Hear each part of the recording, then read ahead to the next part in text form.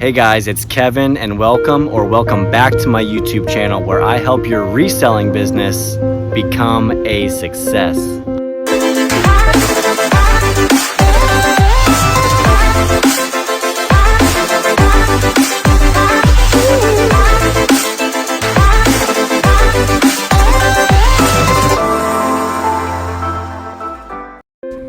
Alright, it's 5 a.m. my time. It's still dark out. I've got a 3-hour drive ahead of me, so let's roll out.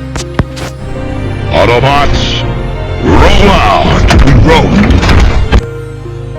Roll. Okay, we're gonna hop straight into it now, guys. And tip number 1 is gonna be leaving your city.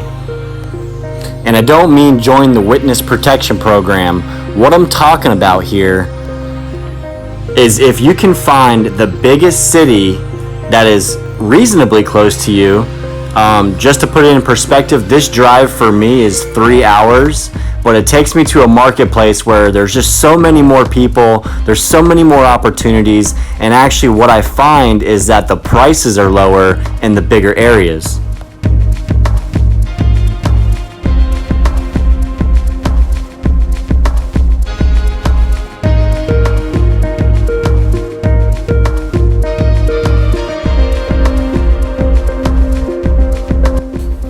Tip number 2 is a little bit more involved, and it's going to be quality over quantity.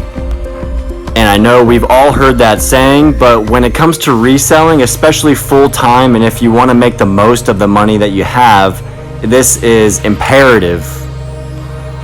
So for me, I'm a full-time shoe reseller, and what I have narrowed it down to really is a couple key areas of the shoe that I'm going to share with you here. Number 1 is obviously the sole. Check the sole thoroughly. Obviously, you don't want to have anything wearing through the bottom, but also where the upper meets the sole. So I'll show you here in a second, but sometimes the glue that holds the upper to the sole gets so dry rotted out that it'll actually start to fall apart, and you won't notice this until you get home. So always check that dry rot glue holding the two together. The second area is going to be the ankle ring, I guess you can call it, right around where the ankle comes into the shoe, and then when the shoe is nice and tight around the ankle and we're walking and we're moving around, it tends to wear holes through the sock liner, and that is another one that can be kind of sneaky if you're not really paying attention for it. So just keep an eye out for those.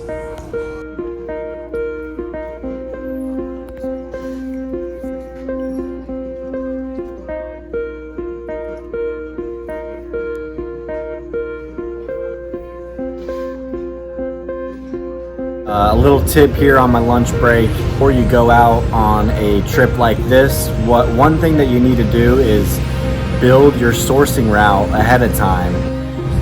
Whatever chain of thrift stores that you're in the most, it might be Savers where you are, it might be Goodwill, Salvation Army, Plato's Closet, whatever store it is that you're in the most, build a foundation. It's kind of like building a house. For me, I am in Goodwills all the time. That's the most common thing around me. I started with, let's say, 10 Goodwills on this route that I'm doing today. And as I hit these Goodwills, I see what's on the way to the next Goodwill. So I also found a Salvation Army where I bought 4 or 5 pairs. I found a Plato's Closet. I found a Marshall's. We hope it helps. And let's finish up this sourcing route. Alright guys, finishing up this route here at Marshall's, and as you can see, as soon as I walk in, I turn to the right, and boom, I find my Jordan 1 TD mids, baby, on sale for $19.99. Are you not entertained? I did look around for some more, but all they had was these 3 pairs, so I'm happy to take them, but I always wish there was more.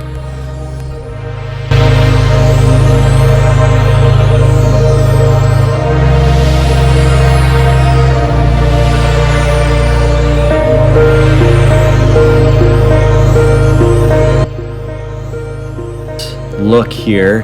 Bunch of Brooks. We've got a Jordan B Fly, some Air Force 1's, some really nice Ultra Boosts, some Air Max Theas, Adidas NMDs, some Saucony, Dan Post boots, some Batgirl Converse. And then here is like my mid-range pile. These are really nice black classic Vans, some more classic Vans. I always pick these up as long as they're at the right price, that is. Some more Brooks, Echo sandals. If you guys don't buy those, start buying them because you can sell those for $40 a pair. Some Saucony Run, New Balance All-Terrain, some Echo Biome, more Sauconys, some Dallas Clayton Vans here.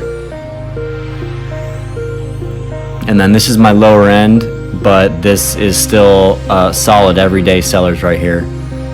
Converse Chuck Taylors, you see the kids Jordans, all really good sellers. But I do have the Jordan 1's also that I picked up, so let's see.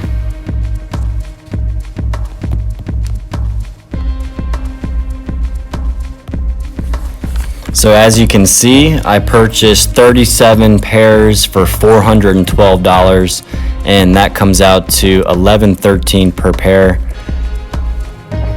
Note here that those 3 Jordan pairs that I picked up, I listed for $150 a piece. So if all goes to plan, also on eBay, guys, if you didn't know, any men's athletic shoes above $100 you don't pay commission on. So that'll be commission free $450 for me.